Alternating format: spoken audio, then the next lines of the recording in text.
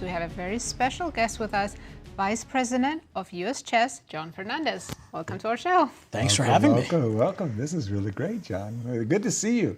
We've known each other 25 years, I want to say. Maybe I think more. I was afraid you were going to ask me that. I think it's more. 2002 U.S. Championship in Seattle. I know we spent a lot of quality time together then. Right. I don't remember if we met before then or not. I'm sure we were probably in the same room, but that was...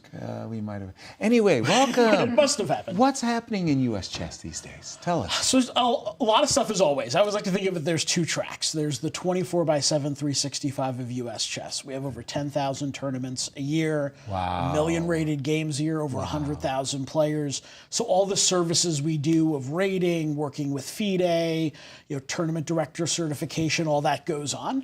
Obviously, we have our programs as well for Title I schools, at-risk youth, women's chess, and we support everything there. Obviously, the work with FIDE is really important, and we do that also.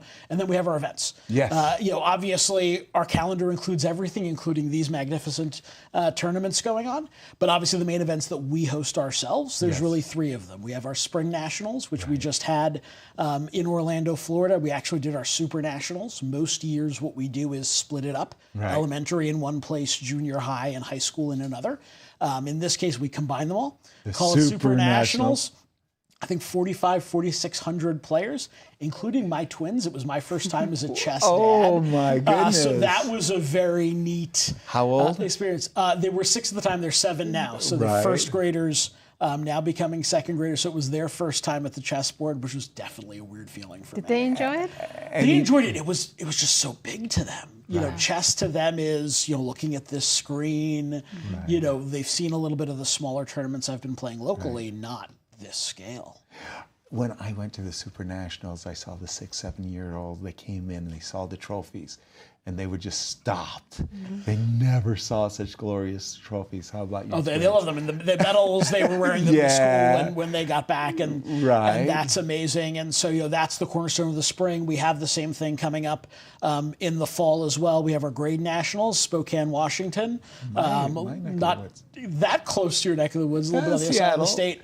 But obviously, we're a big country. We want to make sure we have our tournaments everywhere. Right. And then in the middle of the year calendar is the U.S. Open. Yeah. And that's going to be the really key event coming up just in a week and a half up in Wisconsin. From here, it's about a 7-hour drive. For me, about 5.5. So I'll just drive up there. And so U.S. Open's a combination of a few things. Obviously, the traditional U.S. Open, which does qualify someone to the U.S. Championship, which is always why it's a very prestigious And event. I see at the bottom that the people can follow it online via those Twitch TV. On our Twitch channel, YouTube, we'll be streaming it live. We'll have the Invitational as well, which obviously qualify people to these tournaments. Exactly. That's a big as well. That's a big ticket to get into these U.S. championships. Yeah. Totally. And then our governance stuff, board meetings, delegates meetings, committee meetings that we have. So, I'll be playing in the U.S. Open a few rounds, not all 9, but I'll be busy across everything.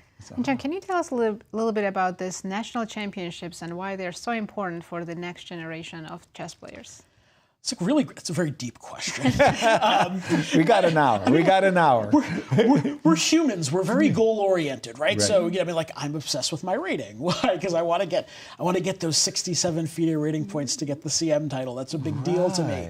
And so that incentive, obviously, playing in tournaments like this is outside of my reach, unfortunately. But for the players that are playing in this, the players that are trying to get into this is the ability to strive for, a target. I believe very firmly that nothing is better at becoming a good chess player than proper, classical, 1 game a day in incredibly high quality conditions like we have here. That is what you're going to get at, the FIDE World Cup's going on right now. That's where you get an Olympiad. That's when you're getting a World Championship. This is the training ground to make the players improve. So that's really critical. And then I'm a marketing guy, right? So this is being broadcast all over the world. People are watching this stream right now that are going to be playing in this tournament a few years from now. And so that gets them into the game and really excited. And so, you can be here. Someone who's listening to me right now will probably be in this room in just a few years. It's an unfair question. You're rooting for anybody in the field? New York. I wish New York. Yeah, I have to play the New York thing. Look, for me, Joel Benjamin was really my first touchstone into global chess. I got involved in '94. That was the Searching for Bobby Fischer era. Right. My club was the Manhattan Chess Club. Of That course. was Joel's chess club. And it was weird. You remember the place on 46th Street. Of course. That was Flea my House, local and then- club.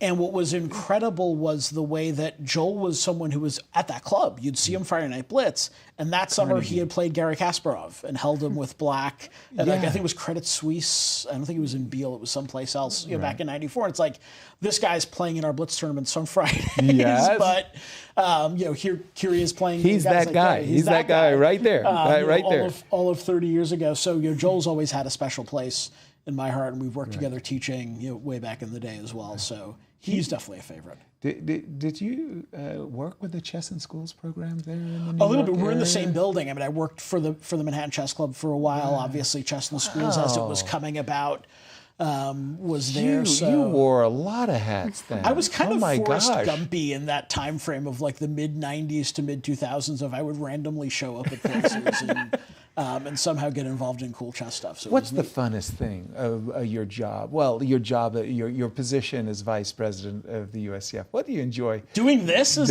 a pretty good cool. answer. I mean, yeah. Part of it's just being back in chess. I mean, for me, I took the kind of normal trajectory of a lot of folks of being very involved in chess when I was a teenager in my 20s.